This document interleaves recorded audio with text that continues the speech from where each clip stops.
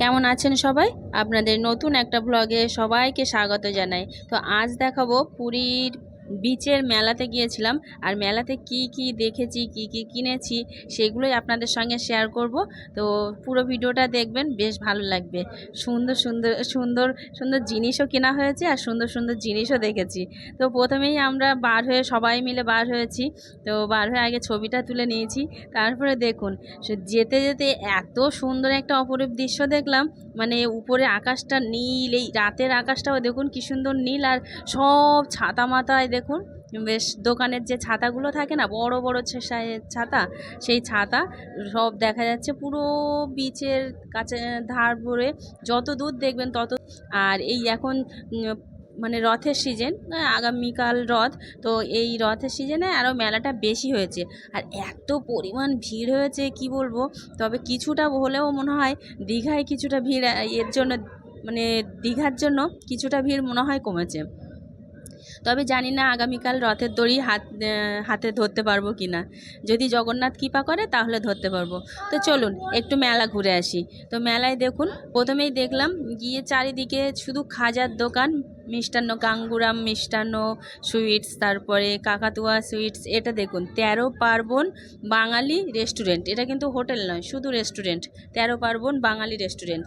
আর চলে আসলাম এবার কাকাতুয়া মিষ্টান্ন, যে খাজার দোকান সেটা। তো এসে একটু কাকাতুয়ার সঙ্গে কথা বলছিলাম। দোকানদাররা বলছে ও কথা বলে, তা কথা বলছিলাম, কিন্তু আমরা বারবার বলছি জয় জগন্নাথ জয় জগন্নাথ, কিন্তু কিছু বলছেই না। তারপরে দেখুন এই কাকাতুয়ার মানে খাজা এত বিখ্যাত, এত বিখ্যাত, সারা ওয়েস্ট বেঙ্গলেও প্রচুর বিখ্যাত এই খাজাটা। এত সুন্দর। আর এই গাড়ি করে করে এই যে মাল আসছে, মানে এরকম মাল তৈরি হয় আর এই গাড়ি করে করে আসে ঝুড়ি করে, দেখুন মানে প্রচুর সেল হয়, প্রচুর সেল হয়। তা ওখান থেকে আমার বর আর আমার দিদি মিলে কিছুটা অনেক রকম সরভাজা, খাজা, আরও মিষ্টি, অনেক রকম মিষ্টি কিনে নিয়ে এসছে। তো সেগুলো বাড়িতে এসে আমরা খেলাম। মিষ্টিগুলো এত ভালো লেগেছে, এত ভালো লেগেছে। আর এই কাকাতুয়ার মিষ্টি আমরা সব পুরীতে এসেছি, অনেক অর্ডার হয়েছে যে নিয়ে আসবে আমাদের জন্য। তা যাই হোক, তারপরে এদিকে চললাম। মানে এদিকে দেখুন, এই দিকটায় না বেশিরভাগ মানে হরিভক্ত সব লোকজন, তারা বেশ সব গলায় মালা ঝুলিয়ে মানে হরে কৃষ্ণ নাম মহামন্ত্র জপ করে। তো তুলসীর মালা টালার দোকানে সবগুলোই এই সাইডটা এরকম আছে। তো যাই হোক, তারপরে চলে আসলাম। দেখুন, সমুদ্রে আসবো, পুরীতে আসবো, দীঘা পুরীতে আসলে আর মাছ দেখবো না, সেটা কি হয়? দেখুন চলে যাই এবার মাছের একটা জায়গায়। এই দেখুন বড় বড় সাইজের কাঁকড়া আছে।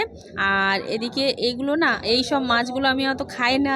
তা ওই দোকানদার ভাইকে জিজ্ঞাসা করছিলাম কি কি মাছ, তা বলে দিচ্ছিল কি ভেটকি মাছ আছে, আর তারপরে সাইটিং মাছ, আরও সব কি কোথায় আরও সব কি মাছ আছে, অত আমার নামটাও মনে নেই। আর পমফ্রেট আছে। তো তারপরে আমি ইলিশ মাছটা একটু দেখতে চাইছিলাম, ইলিশ মাছ ছিল না। আর চিংড়ি আছে। আর আছে ওদিকে শঙ্কর মাছ। তবে শঙ্কর মাছটা খুব ছোট ছোট সাইজ। শঙ্কর মাছ এর আগে দেখেছি আমি। এই মাছগুলোর মধ্যে একটা জিনিস দেখিনি, সেটা হচ্ছে অক্টোপাস মাছ। অক্টোপাস মাছটাকে দেখে তো আমার মা বললো যে ওটা নাড়ি ভুড়ি বের করা নাকি মাছের, কিন্তু না, অক্টোপাস মাছটা আমি কোনোদিনও দেখিনি।